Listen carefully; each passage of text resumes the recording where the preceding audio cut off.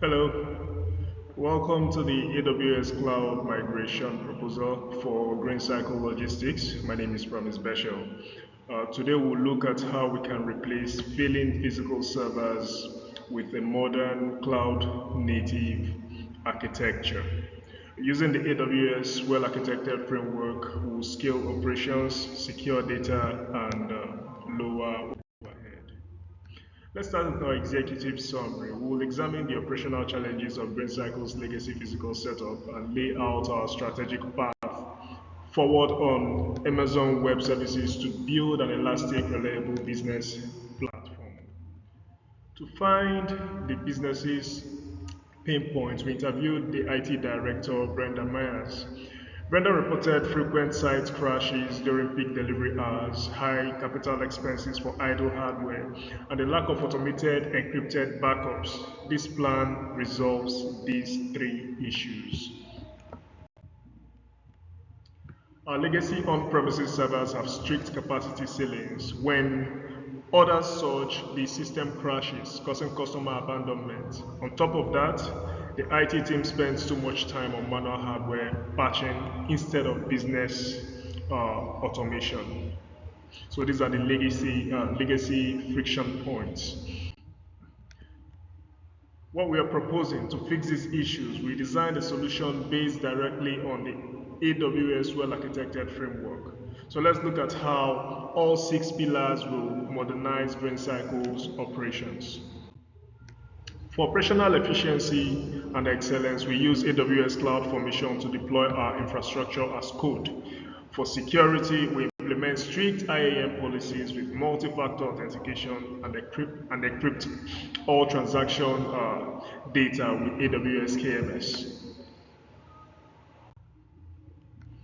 Of course, we ensure high availability by by deploying databases across multiple availability zones using Amazon RDS, such that if a zone fails, traffic automatically reroutes. Daily encrypted backups are also possible. They'll be handled automatically by AWS backup. That's that for our reliability and high availability plan. For performance efficiency strategy, we're going to use serverless AWS Lambda to handle microservices instantly. We use Amazon Elastic Cache to speed up query times for driver lists, and deliver static web resources locally using Amazon CloudFront Edge nodes. Our cost model cuts waste. Okay, we save 55% on core workloads using compute savings plans. Stateless batch jobs run on spot instances at a major discount, leaving only 20% on demand billing. That's it for cost optimization. For environmental sustainability, as per reducing digital footprint, we'll achieve that by moving to efficient AWS data centers. Okay, GreenCycle reduces its carbon footprint, of course, by so doing. We use the AWS carbon footprint to track offset and apply strict life cycle rules to delete stale telemetry. Next, we explore the core technical architecture. Okay, we'll also review how legacy physical components map directly to managed AWS services. For AWS Service Mapping Catalog, as you have displayed, we'll replace physical servers with EC2, Graviton2 instances, move local SAM files to durable Amazon S3, transition Oracle databases to RDS, post GRE SQL, and run user directories on AWS Directory Service. Here's a look at our auto-scaling elastic demand curve. This is what it looks like. This chart shows our dynamic scaling. Unlike legacy servers that crashed whenever demand hits the physical ceiling, AWS auto-scaling automatically matches our server count to real-time delivery traffic.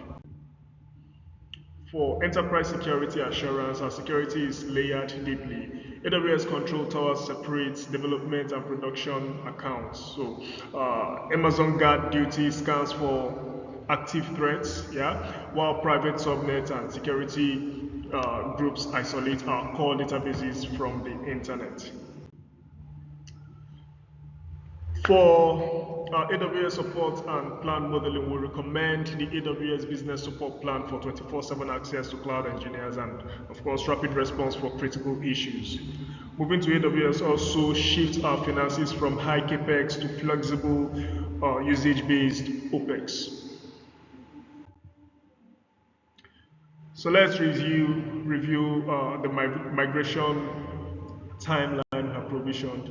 This roadmap would outline a secure transition plan spanning from initial discovery to our live production cutover.